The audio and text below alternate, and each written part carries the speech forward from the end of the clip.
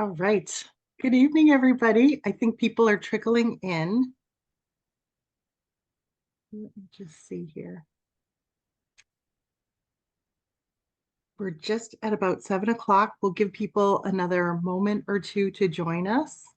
But I really appreciate everybody taking time out of their day to learn a little bit more about the art of the selfie. I'm so happy to see familiar faces here. Um, Lita's so sweet, says she looks forward to the last Thursday of the month. I always do too. Joe Bursch, thanks for being here too. I think we are in webinar mode tonight. So everybody who's joining, please feel free if you'd like and if you feel comfortable to put where you're joining us from in the chat, and that will be the best way to send messages along. You can also use the Q&A. As is tradition, I usually talk pretty much straight through an hour, but if you don't want to hold your question till the end, you can always share it in the interim. I think the Q&A is probably the best way to do that. It's less distracting to other people. I don't think they get like the little pop-up there. So great to see so many familiar faces and or familiar names, I should say, coming up. I feel like I know everybody here. Thank you so much for joining us. Um, Happy summer, everybody. Are we ready to get going? Okay. Uh, Welcome to the Art of the Selfie. My name is Jane O'Neill. I am very grateful to Chelmsford Public Library and our partnering institutions. I think we have Tewksbury, Groton, Ashland, and Amesbury as partnering libraries tonight. And I'm grateful to all of you for taking time out of your day. Now, my background is in art history and in education. It is my absolute joy and delight to be able to share these programs with you. This is a brand new program for this month, and I've had a lot of fun sharing it with audiences. So thank you again for being here. We're going to dive right in because we are living in the golden age of the selfie, right? I can pretty much guarantee you that almost everybody here has taken a selfie before, and we all sort of know the best angles, maybe even the tools to edit and to create, a preferred image of ourselves that we can share with our friends and family.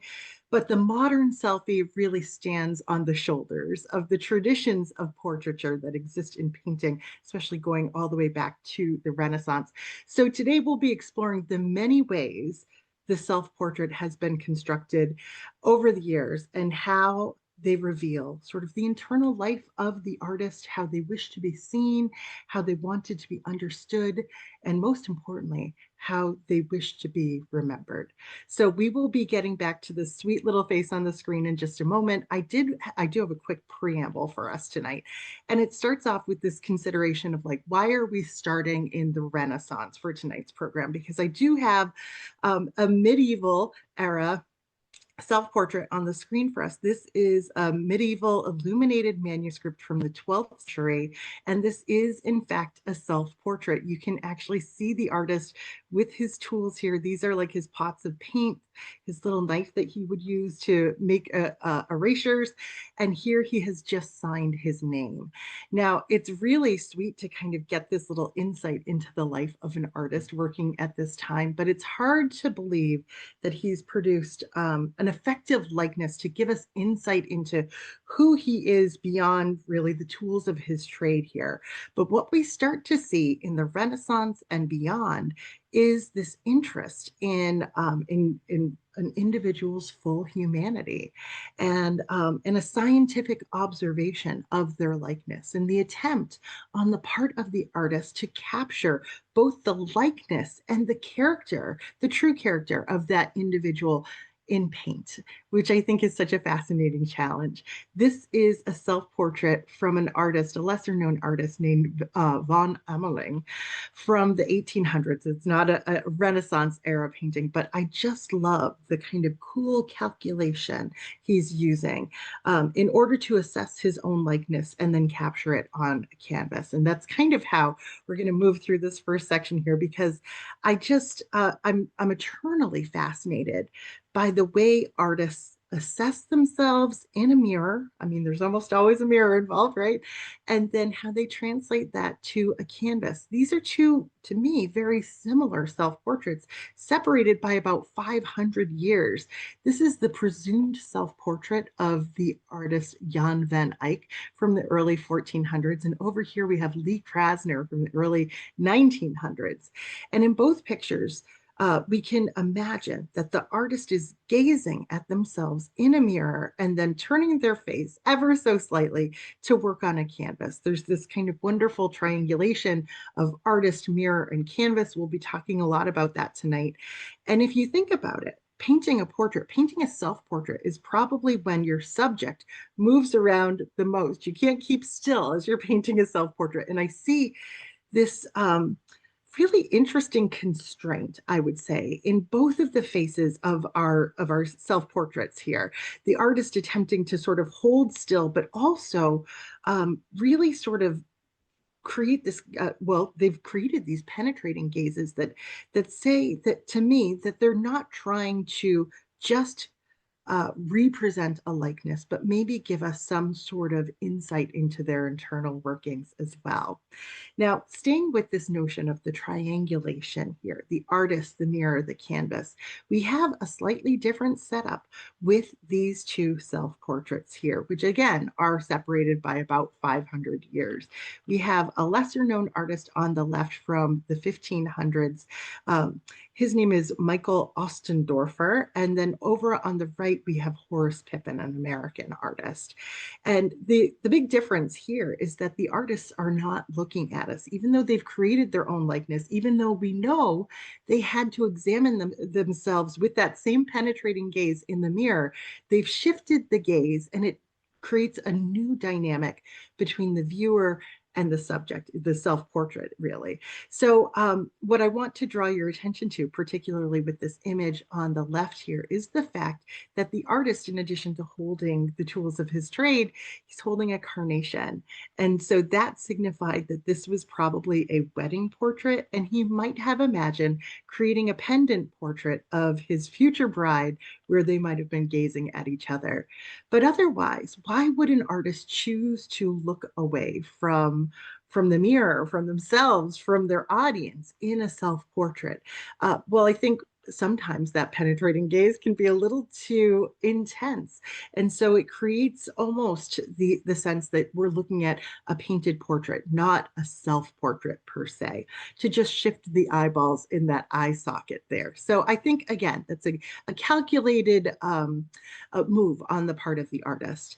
And then this final category before we dive into the program proper is this more whimsical category here. I just love these two self-portraits. They're from the 1800s.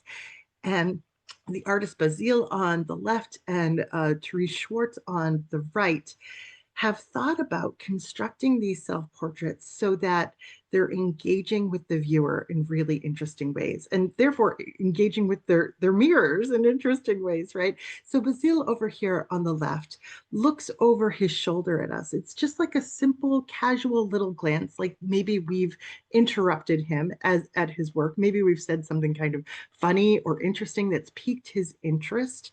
But as a painting, it certainly piques our interest. We're sort of engaging with him in an unexpected way.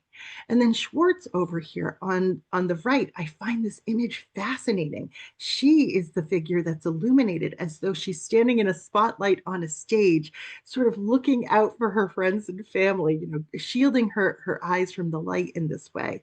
So her penetrating gaze, which she would have used to create her own self-portrait, becomes an interesting, almost quizzical gaze upon us, the viewer. And I think it really pulls you in such a dynamic and personal way. So there's all sorts of different approaches to this. That's just our preamble. Let me give you a sense in terms of how we'll spend this hour together. There's that sweet face again. We will be getting back to him, I promise. We're going to start off with mirrors and self-reflection because that's at the core of a self-portrait, right? Then we'll turn our attention to the fact that so many artists are proud and showing off the tools of the trade in their self-portraits. So we'll be looking at paints and brushes and a peek in the studio. And then you have other objects that aren't necessarily associated with the work of an artist. And those are very careful selections on the part of an artist. So I've called them objects significant and symbolic. And then we have emotion and expression. So artists using the self-portrait as an opportunity to explore exaggerated or extreme emotion. You can probably already guess a few of the artists that are in that section. And then my favorite section, artists that hide their self-portraits in plain sight, going back to the Renaissance and the Baroque. These are really fun images. And then we'll wind up with a quick section on age and mortality and our conclusion here. So now we can finally turn our attention to mirrors, self-reflection, and that sweet little face that I've been teasing you with so far. This is a self-portrait by the Italian artist Parmigianino that dates to about 1524. And the artist was very young, very precocious when he painted this. He was right around the age of 20. And so what he's done here is he's used a reflective surface, a mirror, in this case, a convex mirror, in order to create his likeness. Now, first point of order, were mirrors everywhere in the Renaissance? Well, there were more of them than there had been in medieval times, but they were still kind of luxury objects. And certainly a little convex mirror would have been something that was like a rarefied object. You wouldn't find that in any old home.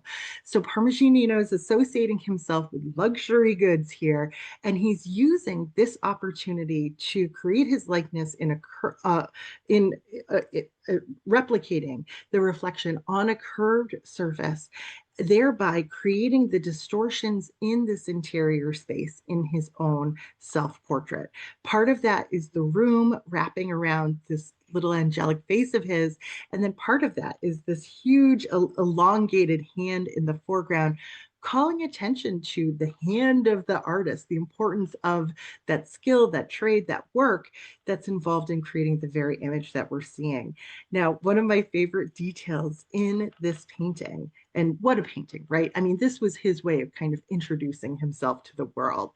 One of my favorite details is this little glimmer over here on the right. It is believed that that is actually the frame of the very painting that we're looking at over on the easel. So it's as though he's looking at in this curved mirror, and then he can turn to his painting. I'm not sure why it would already have the frame on it, but that's another story entirely.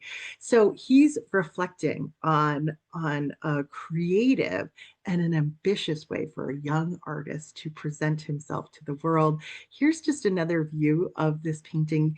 I want to give you the full sense that it's painted actually on a curved piece of wood. So it almost seems that when you're looking at it in person, you're looking at the very object, the very curved mirror that he had been looking at. It's almost as though you're looking at your own reflection when you look at something like this. So the illusion is complete. It's a great object. Now, not all of our mirrors will be curved mirrors, but just to sort of continue on with the theme, I have M.C. Escher's, one of his, several of his self-portraits on a curved surface, on a reflecting sphere here. This is from the 1940s. It's sort of like an updated version of that same theme here. We have the room wrapping itself around the artist. We have the artist's face at the center. Notice his face is much smaller here, and his hands, again, are enormous. He's made an interesting choice as an artist because he's really highlighting, drawing into focus here, the fact that his hands are busy at work making art. But interestingly, even though he's already created the whole design that we're looking at, the paper in front of him, he has chosen to leave that blank. I find these little choices so fascinating, right? All right, so we're going to move on. to a non-reflective or non-circular convex image now, mirror now to consider. And you know I would throw some Norman Rockwell in here.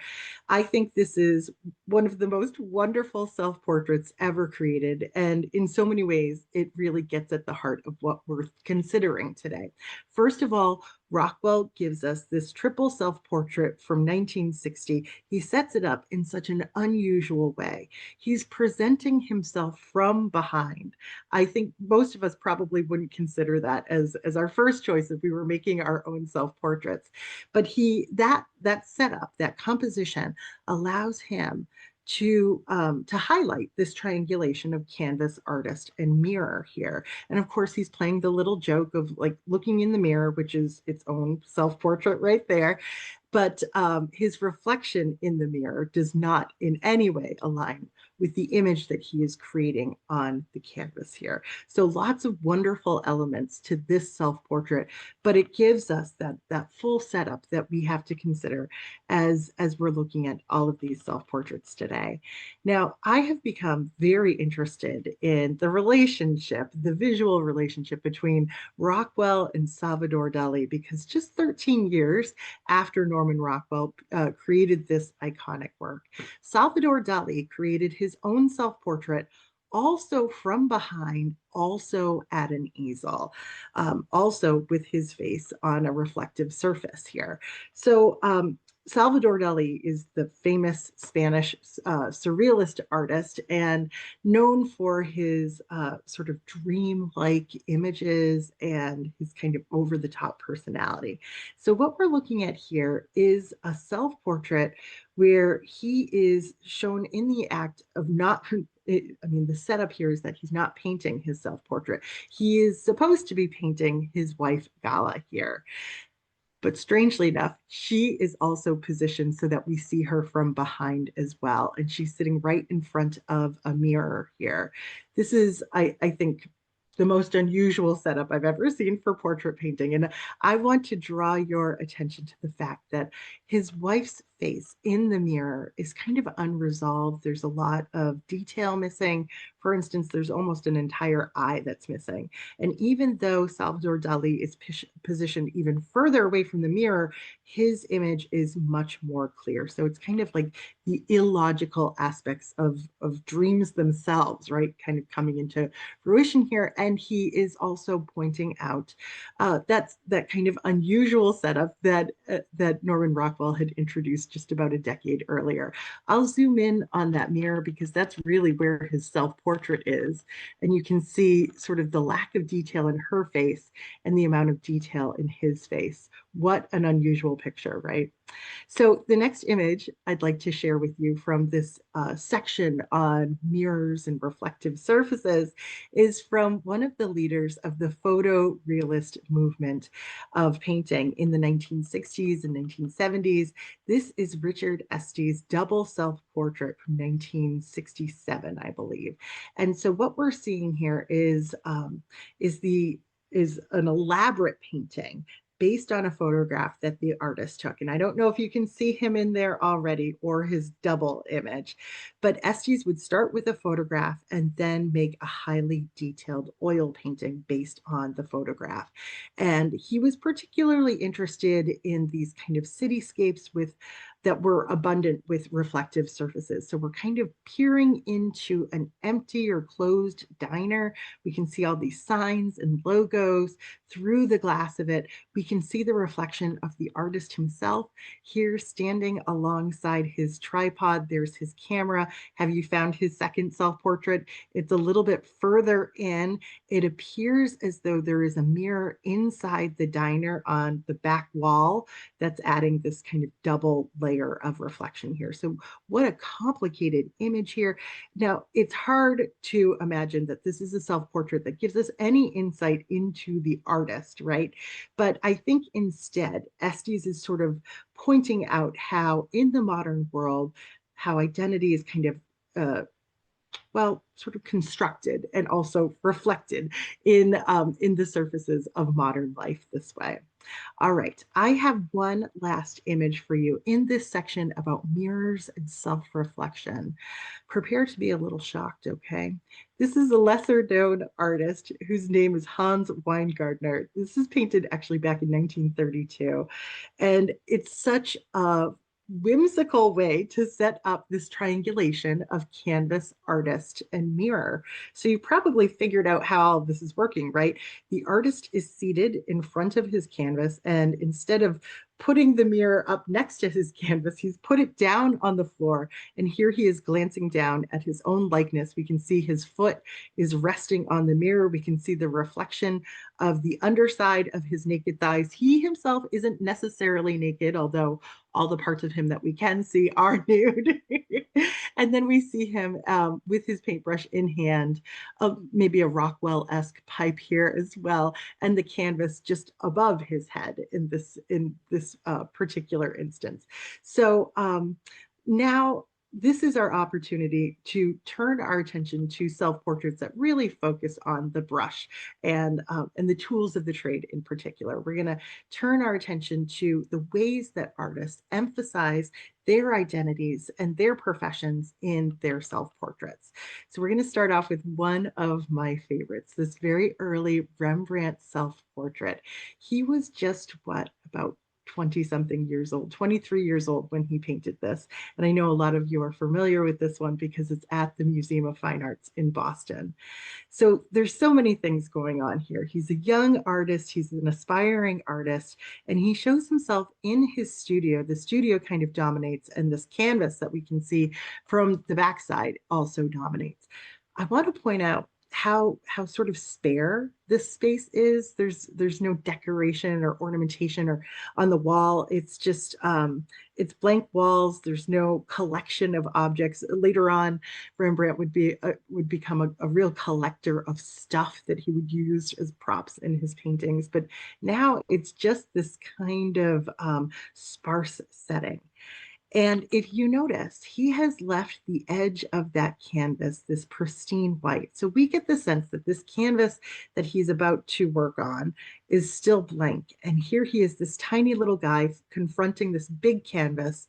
And we can see his palette resting on his forearm. The brushes there that still look pretty clean to me. It's that moment of creative energy where you're about to cross this threshold into creating something out of nothing, right? It's a wonderful moment, but it's an interesting choice on the part of Rembrandt to use this giant canvas here. First of all, it's horizontally oriented. Most portraits are oriented vertically. So we get the sense that he's probably not about to paint a self-portrait. Whatever he's painting, it seems like a big commission, right? A big important work. But the actual object, the very painting that we're looking at sort of defies that logic because Rembrandt's self-portrait in this case is a tiny little painting. And so it reminds us that he was still such a young man when he painted it and probably didn't have huge canvases at this point, which he could use to just explore his own likeness here. Now, here is a contemporary of Rembrandt, another artist from the Dutch Baroque, sort of a lesser known artist whose last name is Guybrechts. And in this case, his studio is filled with everything, and that's what he has focused on here. We've got the tapestry, we've got the palette with the dripping paint. We've got brushes over here in his pipe. And the artist has actually included his own likeness. This is his tiny little self-portrait over here. And actually a little card that introduces him as a court painter, as an official painter to very important people. But here he's really showing off what he wants to tell us about himself is that that he can paint fabrics, he can paint a great floral still life, he can do a little genre scene, a landscape over here, and then even the drawings that are kind of tucked away over here on the left are anatomical drawings. So he is using this opportunity to show himself and his studio and to showcase everything that he's capable of. There's a lot of pride, I think, baked into an image like this, a lot of that trompe l'oeil element to the fool the eye element with these elements of the picture that kind of come over the ledge and into our space here. Now, I love these two self-portraits side by side here. We have an N.C. Wyeth self-portrait on the left, and then a French artist on the right, painted at the end of the 1700s. His name was Anton Graft. So what we see in both of these images is the artist presenting himself to us as he sits before a white canvas. In the case of Graff, he's got his brushes ready to go. N.C. Wyeth doesn't show us that. But in both cases, the artist is turned away from their work and looking back at us. And I just want to remind you about that triangulation once again. So if they're sitting in front of a white canvas, what exactly is the setup? Are there two easels and two canvases? How does it all work? Or have they just chosen not to put anything in that white space? Now, I think N.C. Wyeth's self-portrait here is really smart and really playful in a number of ways. He presents himself wearing this stocking cap, like a warm winter's cap here, and a scarf. And if you look closely, the the contours of that blank canvas kind of encapsulate him perfectly. In fact, if you were to crop out the rest of the interior setting here, it would just be N.C. Wyeth out in the snow on a cold day. And he very smartly, I think, includes the elements of his home or his studio just beyond to give us that fuller sense of himself as an artist. And it actually, I think, helps to make the work look a lot more three-dimensional too at the same time. Now, sometimes artists choose not to include a blank canvas like this. Sometimes, interestingly, they show themselves painting other things. So again, it sort of disrupts that assumed triangulation of easel, mirror, and artist. Now, again, is there another easel in the room? How have they made this decision to paint someone else while they are painting themselves? These are two French artists here. The male artist on the left, I might be butchering the pronunciation here, is named Renier. And then, of course, this is Elizabeth Vigée-Lebrun over here on the right. In the case of both of these self-portraits, they are showing themselves painting one of their patrons. So that probably accounts for the detail of the face and the costume over here. But what a stunning portrait, right? A handsome young man, sort of looking kind of mysterious, all clad in black, glancing over his shoulder. Vigée-Lebrun, much more engaging. She's smiling out at us, and the likeness that she's painting is very faint in comparison to her own face. She is painting the Queen of France here. She's painting Marie Antoinette. And at the time that she painted this, Vigée-Lebrun had already escaped Paris. She had escaped France, in fact, because it was getting too politically hot. The writing was on the wall for the French Revolution. Marie Antoinette was still queen, but Vigée-Lebrun got out of Dodge, and she wanted to introduce herself to other monarchs and aristocrats around Europe. So why not paint your own likeness in the process of painting another monarch? So this was a great way for her to showcase her talents.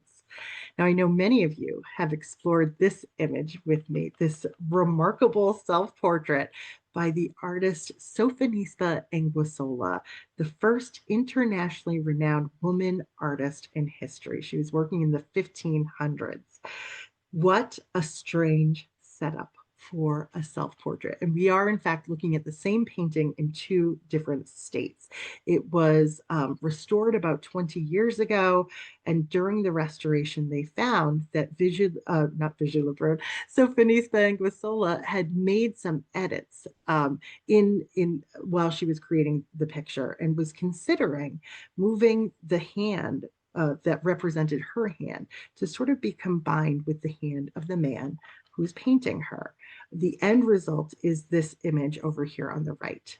So you might be thinking, if this is a self-portrait by the woman artist, why is she portraying herself being painted by another person, and a man at that? Well, Anguissola has painted her self-portrait being painted by her master, by her teacher. So you can think of this as like Anguissola practically saying, this is the artist that kind of brought me to life in this self-portrait. Or perhaps she's sort of saying, my talent has equaled or surpassed my master. I think you can kind of read it both ways. In either event, in either way, I think it's a really fascinating image. And I mean, I I would never think to create my own self-portrait being created by someone else. So now we're going to turn our attention back to Rembrandt for a moment. And I've paired Rembrandt here with the French Impressionist Bert Morisot. I think both of these self-portraits are very painterly.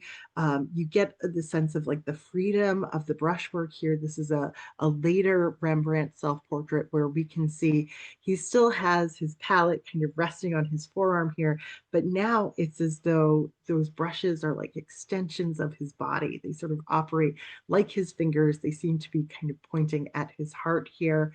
He also has those two circles in the background. Art historians have loved to debate about these circles.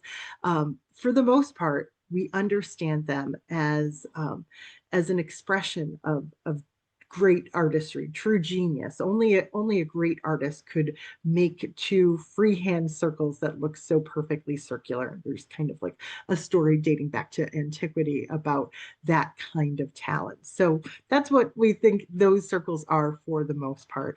Over here with Bert Morisot's self-portrait, she's a little bit younger. She's in her 40s here.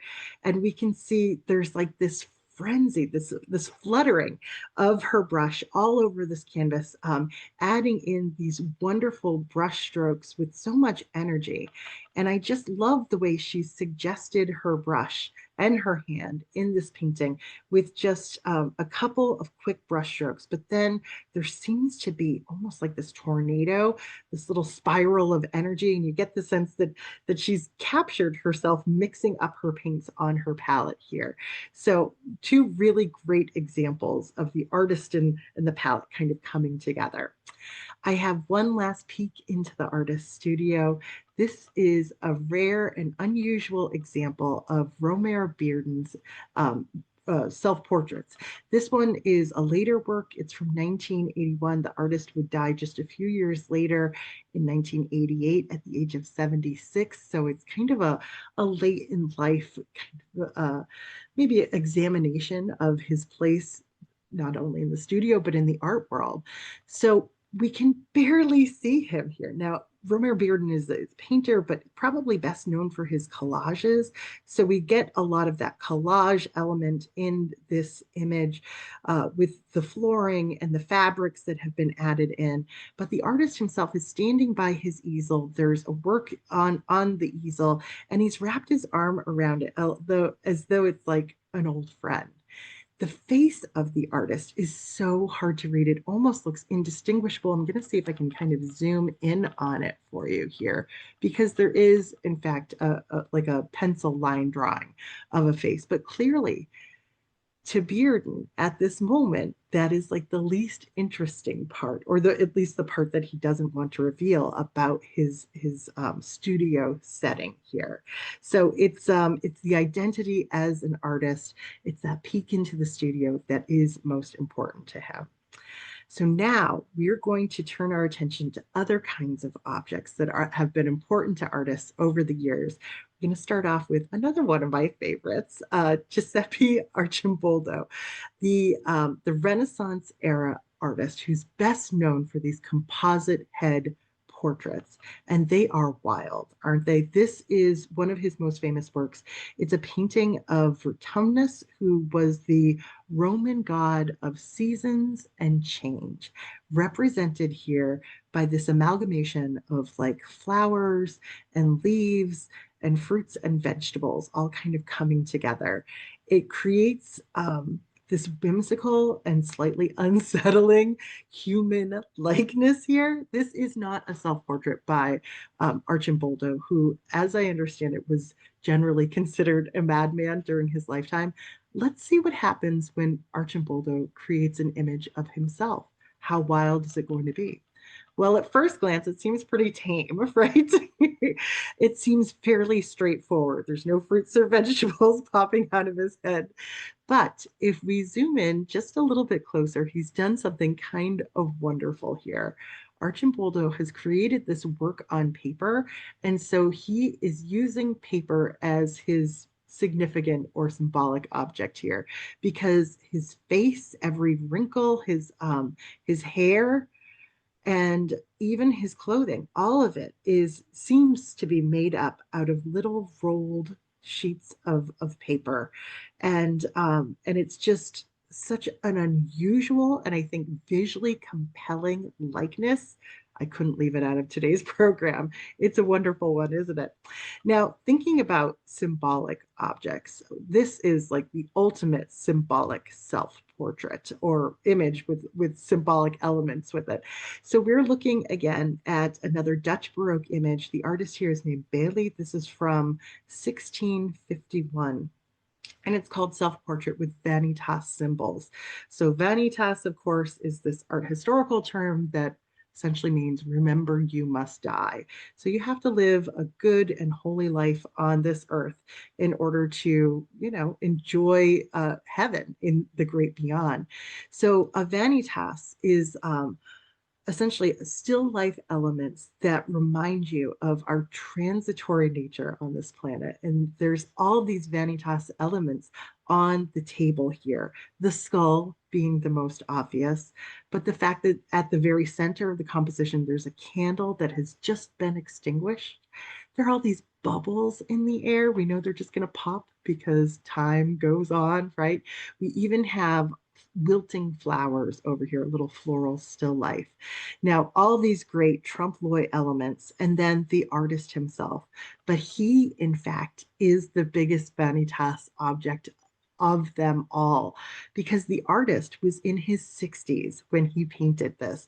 This is in fact his real likeness when he accomplished this painting. And so he's included an image of his likeness from decades earlier as another reminder of the transitory nature of life on this planet. I think it's brilliant. It's really unusual. So, okay. Our next image is one that was made a little bit closer to home. This is done by the artist Charles Wilson Peale. He is standing here in a museum that he founded in the 1700s. He's an artist that was a veteran of the Revolutionary War, who then went on to paint all of these significant figures from the Revolution, including George Washington, and then kind of divided his interests in the sciences and in the arts, and pursued each field rapidly, and was able to combine those interests in this museum, which was the Philadelphia Museum, also known as Peale's Museum. He created this life-size self-portrait at the age of 81. This painting's at the Pennsylvania Academy of the Fine Arts down in Pennsylvania. It's worth the trip. So Charles Wilson Peale is telling us every significant object in his life with this picture. He's lifting the curtain to reveal it to us. So just beyond him are the bones of a mastodon, which was he himself was involved in excavating. We can also see all of these cabinets of birds here that he was involved in taxidermying himself. This is his taxiderming kit in the foreground, and then painted portraits along the top of the museum. And then, of course, he includes his painter's palette and his brushes here to underscore the importance of his identity as an artist. So everything that is most important to him is surrounding him in this scene. Tells us a lot about who Charles Wilson Peale is. I love the look on his face and the way he kind of beckons us in. Come learn about me, right? Now, the artist Marc Chagall, the modern master here, was known to include all of his favorite things in so many of his pictures. Over the course of his 75-year-long career, he developed this set of personally significant symbols, usually like barnyard animals that reference his childhood in Russia, the Eiffel Tower, which we can kind of well, I think we can surmise that that's probably the Eiffel Tower there, which represented his kind of artistic flowering as a young man in Paris. And then very often he loved to paint brides too. So we have this sort of doll-sized bride flying through the air and leaning up against the artist's head here.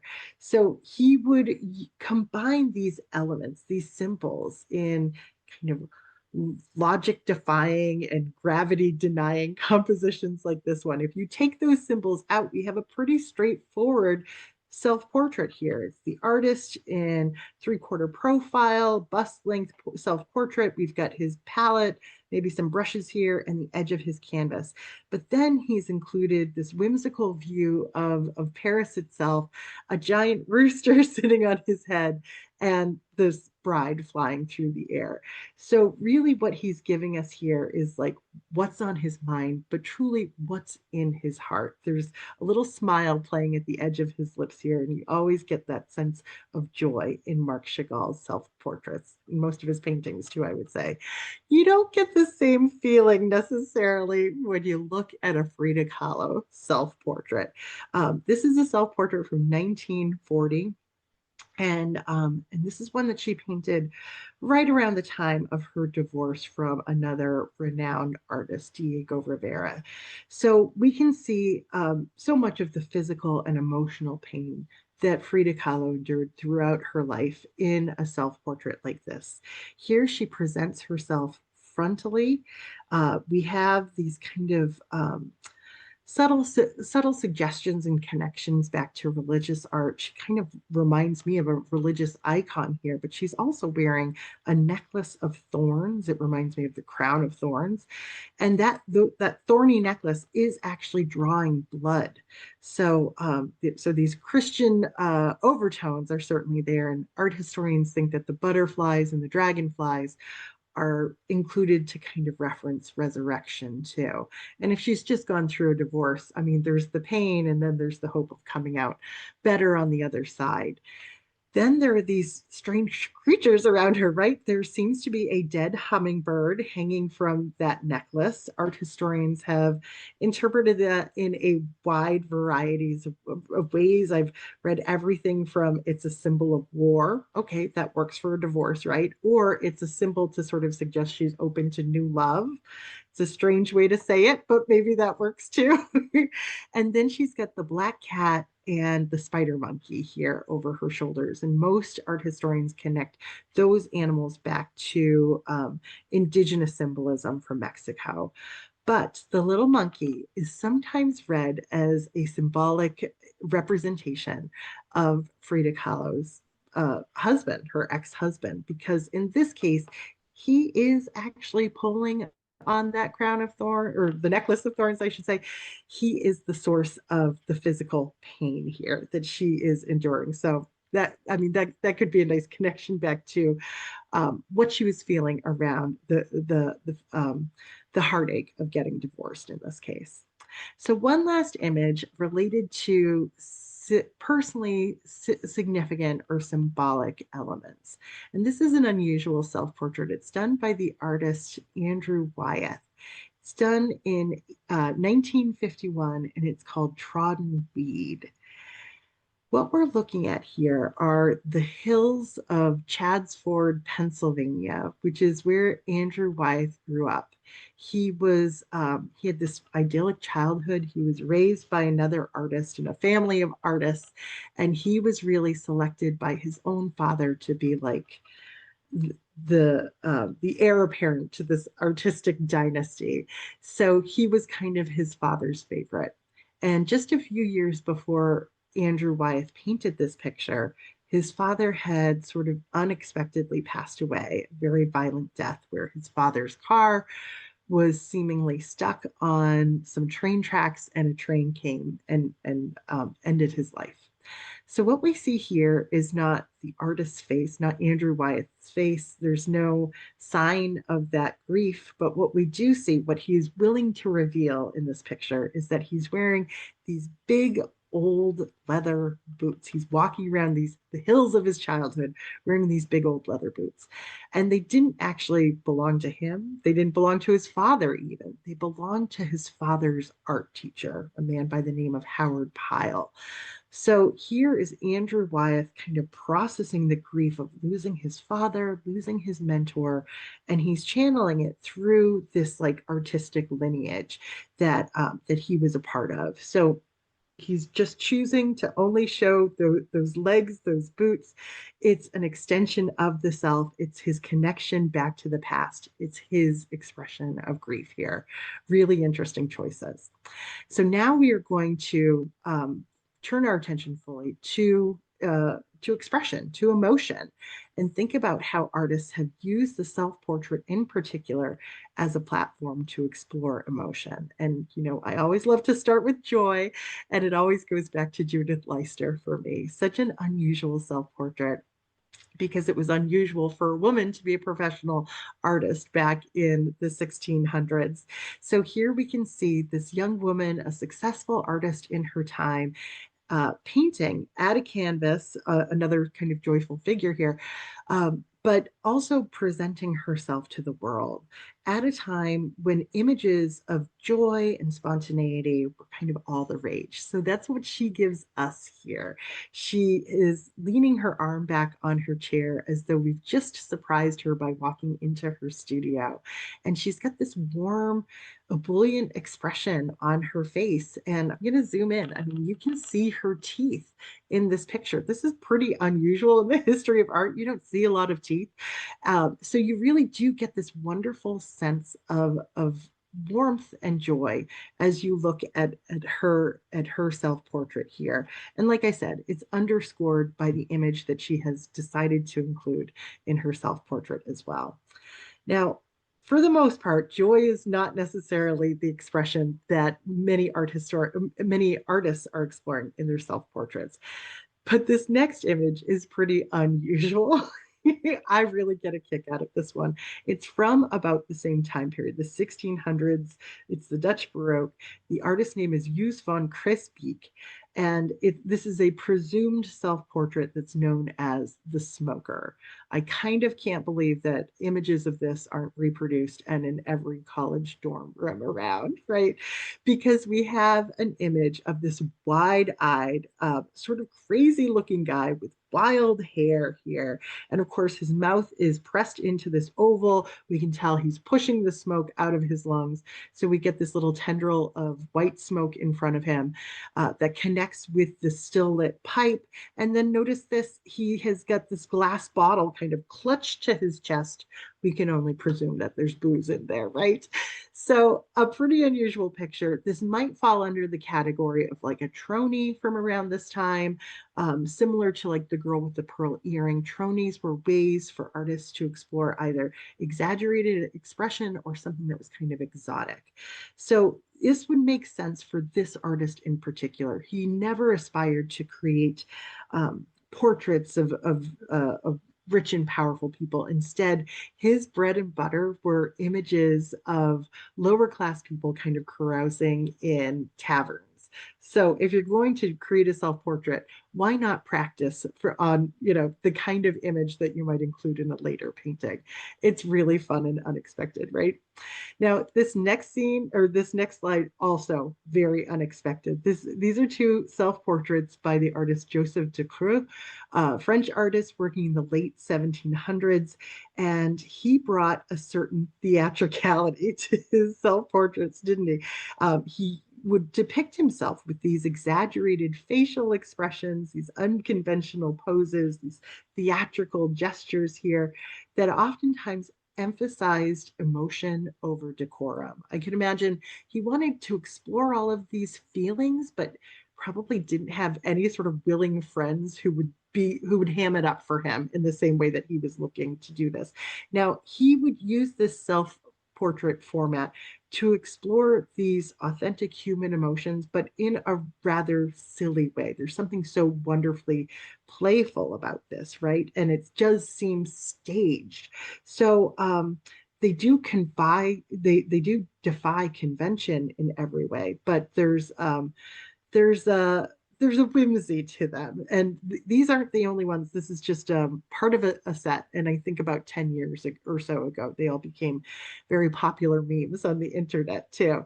So he kind of opens the door, he kind of sets the stage for other artists to explore extreme emotion too in their paintings. Brings us to one of my favorites, Gustave Courbet's The Desperate Man from the mid 1800s. This is an arresting image, isn't it? It's those wide eyes. It's like we can all imagine raking our fingers through our hands, our elbows up like this. Notice this is a horizontal format as opposed to the vertical format. And there is this immediacy to it. It's like he's in our space. The energy here is sort of ratcheted up by the extreme light and shadow here as well. This is an image that I think creates this kind of stark and extreme emotional environment. But we all have to remember that this is a carefully crafted image. It's not as though the artist turned to a mirror and just adopted this pose and then immediately captured it on canvas. He would have to adopt this pose again and again and again in order to conjure the kind of image that we see here. So it is a careful construction, but it is particularly effective, isn't it? It again sort of opens up the doors for other artists exploring emotion. And of course, next up, we have Vincent van Gogh, whose self portraits are like every other self portrait to a certain degree, a construction. But Vincent van Gogh was known for kind of laying bare his emotional landscape in these pictures. He wasn't kind of holding back what he was feeling, how he was operating in the world. And so, what we see in his self portraits, he painted more than 30 of them, is a dramatic change in his own likeness, his own physiognomy, depending on his emotional state. And it's startling to me every single time I look at them, how different he looks in his self portraits, probably not even intentionally trying to look different from one image to the next, but how that translates to what we know of his emotional state at the time. And so Vincent van Gogh's self portrait certainly, again, sort of widened the crack in the door for other artists to explore emotion in their works too. This brings us to the early 20th century artist Egon Schiele. He painted numerous self portraits that are these like extreme psychological and physical examinations. He used these kind of eccentric gestures and these over the top facial expressions to kind of push the boundaries of self representation. Sometimes these were sort of sexualized images too, but he would oftentimes paint his flesh to look cadaverous. He would emphasize like bones and sinews here, and everything is kind of like an exaggerated proportion. So through these uncomfortable kind of theatrical poses and these distorted figures, we have Sheila himself transforming his likeness in his self portraits. He's moving from like the sense of like self portrait as documentation to more of like a psychological landscape here. So his body becomes this vehicle for expressing anxiety and sexuality and mortality. It's all wrapped into one here. Okay, one last artist expressing emotion. I love Cindy Sherman. And these are two images from her Untitled Film Still series from the 1970s. And in that series, she basically looked at like film noir, film from like the 1950s and 60s, and these archetypal female characters. So then she would create a photograph where she was the model, the makeup artist, the hairstylist, and the costume designer, and she would inhabit these kind of female archetypes in her photographs. She would be the first person to say that these are not self portraits, but of course, she's the subject. So, how do we understand them? Instead, I think we can look at them and sort of understand them as a reflection of our world, more so than a reflection of who she was. So, what does it say about our world that we see these two kind of vulnerable women in these extreme situations in these images? Very powerful. So, in the interest of time, we're moving right along. A few images, a few self portraits hiding in plain sight. You know, we had to do the Arnolfini double portrait in this program. The famous image from the early 1400s, the mysterious image where we see this couple with their hands conjoined together here at the center of the composition. And just beyond them is another one of these convex mirrors. We started off with them tonight. And if we zoom into this convex mirror, which is just a tiny portion of what is already a modestly sized canvas, we can see this extraordinary amount of detail. We can see the back of the man and the woman we just saw. We can see the reflection of the space that they inhabit, and the suggestion through blue and red here that there are two other people in the room. We're going to get in even closer here. Perhaps one of those people who would have been standing where we're standing as viewers, perhaps one of those people is actually the artist himself. That, I think, is really the key to the continued fascination with this remarkable piece of art. I mean, those little slashes of color, the red and the blue there are tiny. They're smaller than your fingernail, but it's that path of discovery and the aha moment of seeing it that I think always brings people back to this image. And it has inspired some copycats over the years. About 100 years later, we have the artist Quentin Matsys, who created the painting The Money Changer and His Wife.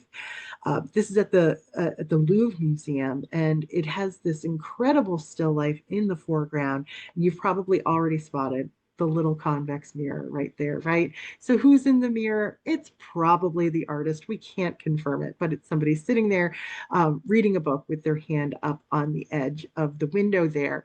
You don't have that same kind of search and aha moment with the money changer and his wife, but it's still a nice little artist trick in this picture.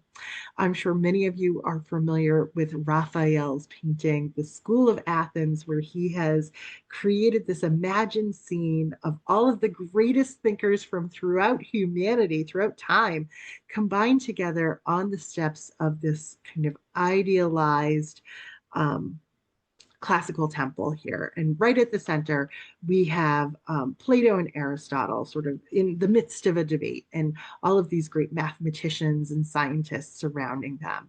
So, why wouldn't Raphael want to include himself in this painting? I mean, this is really good company.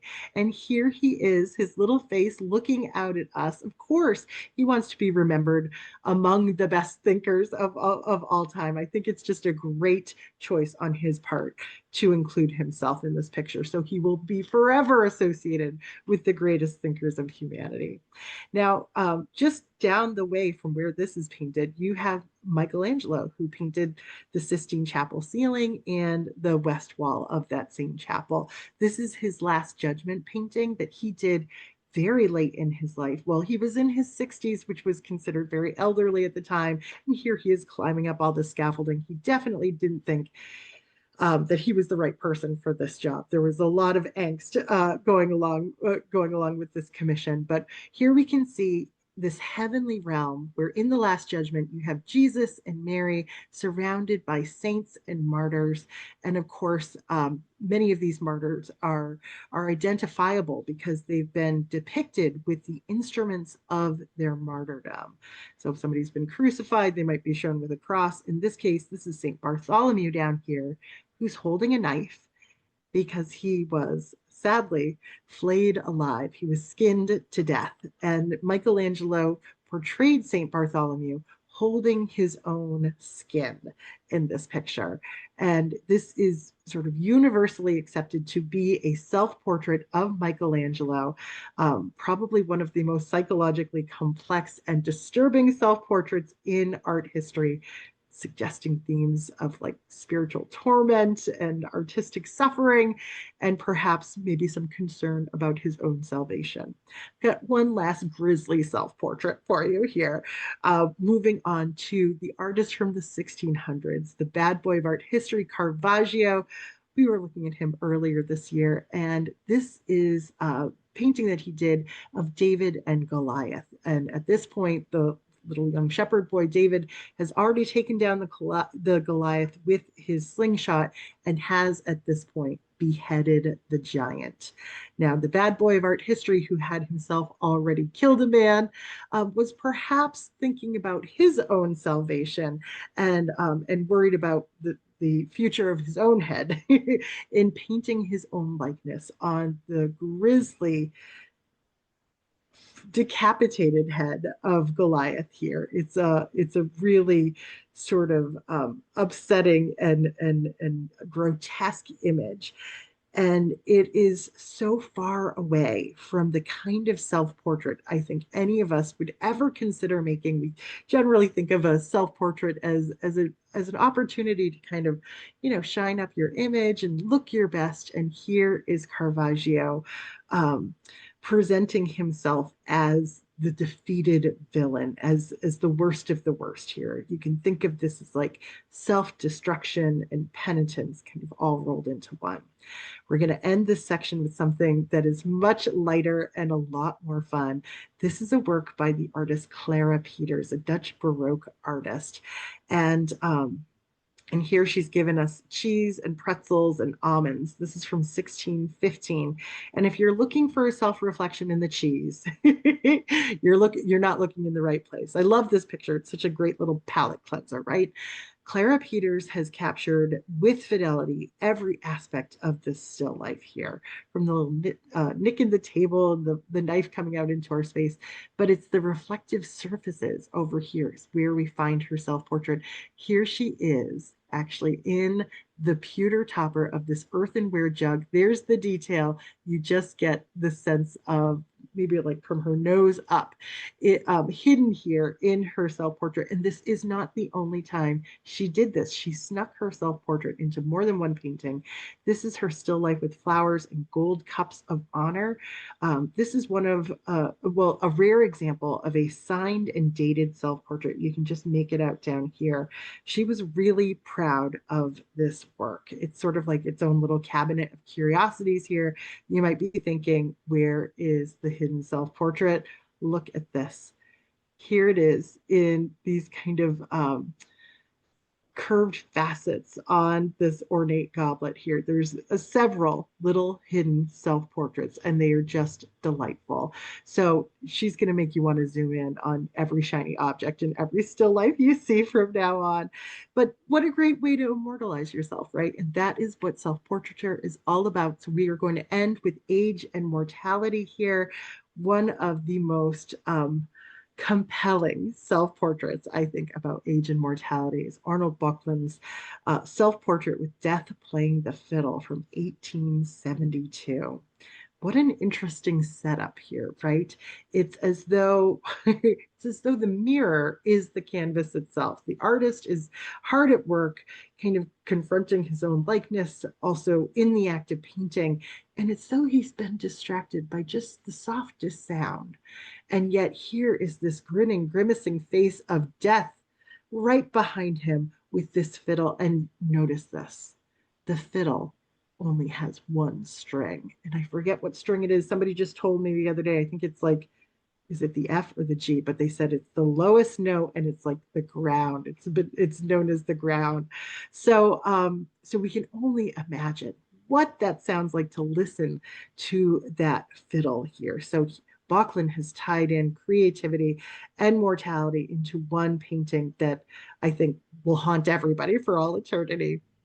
Here is Picasso's self-portrait, known as Picasso Staring Down Death. This is one of his last works at the age of 90. It's 1972. And here he has the skull-like image, this kind of ghastly green pallor here. And look at the eyes. I mean, it's like he's going into another dimension, staring down what death actually looks like in this wild and stylized, abstracted self-portrait here. Andy Warhol is probably feeling something sort of similar in this self-portrait. He certainly didn't know that he would die fairly early or just a few months after he created this self-portrait, but he did a whole series where he's wearing what was known as his fright wig, where it's standing straight up, it's way oversized, you can tell it's a wig here. And so we have this man who is kind of famously conscious of his own image and his appearance. Um, Kind of creating this image of a disembodied head, this kind of skull-like face floating there in the darkness. It seems as though he's confronting his own mortality in an image like this one. And of course, just the idea of wearing a wig here too is like trying to delay death or deny aging to a certain extent. So another haunting image. But we're going to leave off with Alice Neel and her very brave and spectacular self-portrait, nude self-portrait at the age of 80. Leave it to a woman to think about death and mortality in a really different way.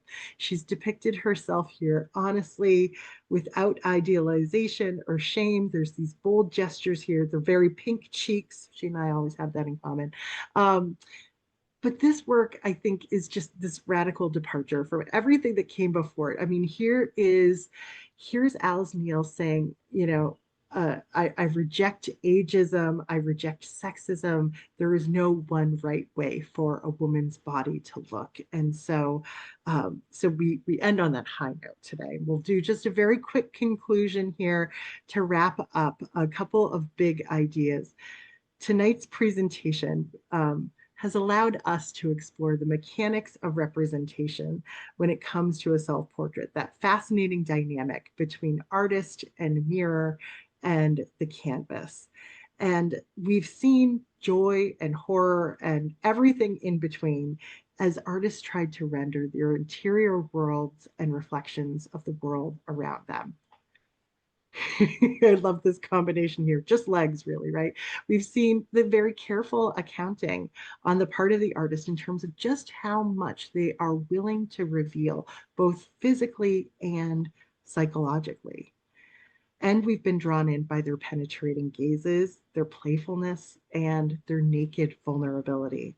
Self-portraits are often as close as we can get to a conversation with the artist, and they remind us that beneath the layers of time and technique, we share the fundamental human experience of trying to understand who we are and how we fit into the world around us. Thank you. Went a little bit long tonight. I apologize for that. I'm going to start taking a look at the Q&A. Let's see if I can answer any of your questions that you might have. Oh, Joe, you're so sweet. He says upcoming events, and he has pinned my calendar here. So anybody who wants to know what is coming up next, please feel free to go to the iamculturallycurious.com/calendar page. Next month's program is on American palaces, Biltmore, and Vizcaya. So I might be saving you a trip down south if you join us. An anonymous attendee says, in the Dali work, is it possible that Gala's face is unresolved because the portrait that Dali is painting isn't finished? I'm so happy you mentioned that. That's like another whole dimension to that work of art, and I didn't even really touch on that. So the painting on Dali's canvas was still empty, right? So it is bringing up this whole idea of like uh, of whether or not the artist chooses to show something on their canvas. In this case, he hasn't, and really what's on his canvas is in many ways what we see in the reflection. It's a fascinating triangulation there. Thank you for raising that subject because it's such a great point. M. David says, did Rockwell use a photograph to help him paint his triple self-portrait, especially his back? Great question. I'm assuming he did, but off the top of my head, I don't think I've ever seen that photo. If anybody else has, please let me know. He did a number of paintings of artists over the course of his career that show artists from behind that way, even when it wasn't him. So it's a setup that he really came to like, and it works really well because people always love to look over an artist's shoulder to see what they're doing, right? But now I'll be on the lookout for that Rockwell photograph. You'd think that would be kicking around. Let's see if anybody can find it. Great question, David. Thank you. Mary, thanks for being here tonight. She says, what is Estes trying to say by having one of the trees grow right out of the top of his head? Mary, I hadn't even noticed. Let's see if we can find it here. That is really interesting. It's almost like he's giving himself antlers here, right, Mary? Um, off the top of my head, I'm not sure if there's a deeper meaning to that. I mean, I think we could have fun drawing associations and that sort of thing, but everything about photorealism to me seems so literal that I'm not sure that there's a deeper meaning to it per se. Maybe I'm selling Estes a little bit short by that, but Mary, if you've got ideas, I'd love to hear them. Um, Carla says, was Rembrandt a portly man? It sort of seems like as he grew up, he gained a few pounds around the middle and around the face a little bit. I think you can see that a little bit in the self-portrait with the two circles in the background. I think, oh, there we go. And Francine says, to me, Rembrandt's circle on the right has a slight three-dimensional quality. Interesting. Similar to a very flat pillow stuffed with feathers or cotton. Well, that's fascinating, Francine. I love thinking of it in a whole new way. And now I'm thinking about like all these curved mirrors that we're looking at too. So the idea of that being a three-dimensional surface all of a sudden becomes really intriguing. She says, in the same frame that you showed Ava Lebrun, Vigie Lebrun, I think, the other painter painted another figure beside himself. I love the three-dimensional quality of the figure painted within the frame. Trompe l'oeil. I agree, Francine. Isn't that a knockout of a painting right there? That self-portrait with the artist patron.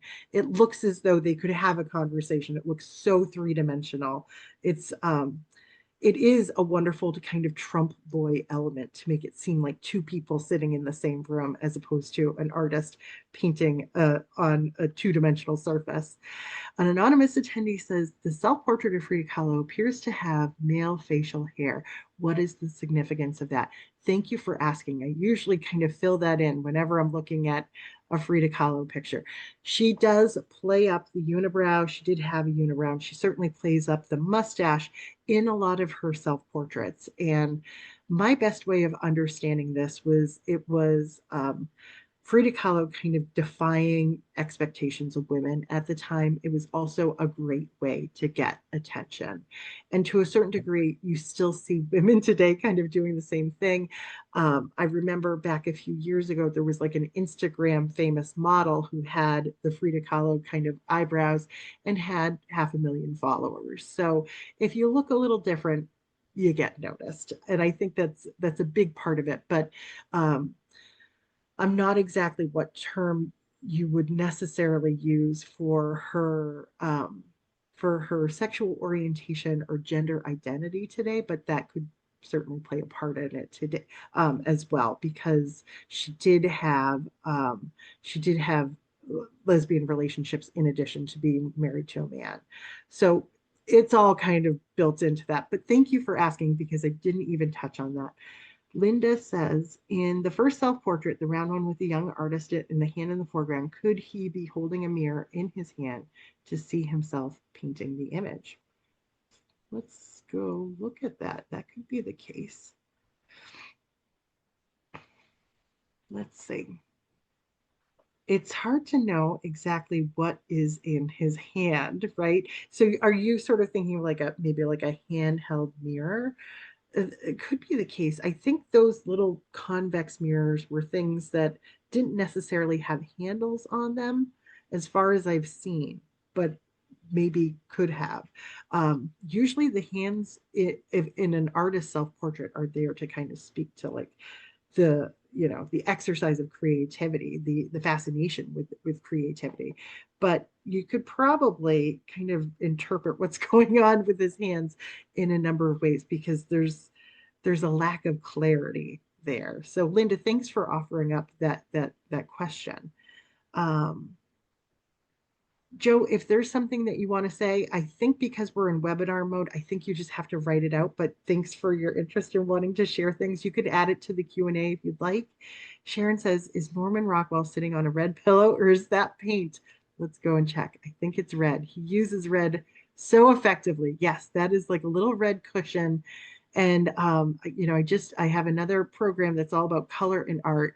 I include this image in it because he uses red. It's like he's seasoning his picture with some red just to move our eye throughout this composition. And he does that so well. Just a little bit of red underneath his seat there. Mary says, I bet Estes did that placement deliberately. It's so dramatic, so obvious. It must be on purpose. Maybe something about his mind being the ground from which life emerges, something about the force of his creativity. Mary, I love that interpretation. We're going to do a deep dive on Estes next year. He's part of the lineup. We're going to do photorealism and Chuck Close. So we'll be on the lookout for that. Maybe at that point, Mary, I'll have a little bit more insight into this one. But thank you so much for sharing that interpretation. I love it. I think we got, oh, okay. I think we got to the end of those questions, and I'm seeing feedback over here in the chat as well. Frank Cronson is here. Thanks always for joining us, Frank. Somebody says Chagall included the rooster as a tribute to France, his adopted country. The rooster is a symbolic France as the eagle is to the US. Thank you so much for adding that. I always thought that was a reference to like to the livestock that he normally includes in so many of his pictures. Thanks for adding that. And let's see. Just very nice things that people are saying. And I'm going to copy and paste all of this so I can read everything. I really appreciate everybody's kindness and their feedback and your willingness to share things with me because you always help me learn too. It's always fun. Thank you again, everybody, for sharing your evening with me. And I look forward to seeing you next month when we cover these American palaces. We'll all feel like we are very rich for an evening, right? Thanks again, everybody. Have a great night and stay cool. See you soon.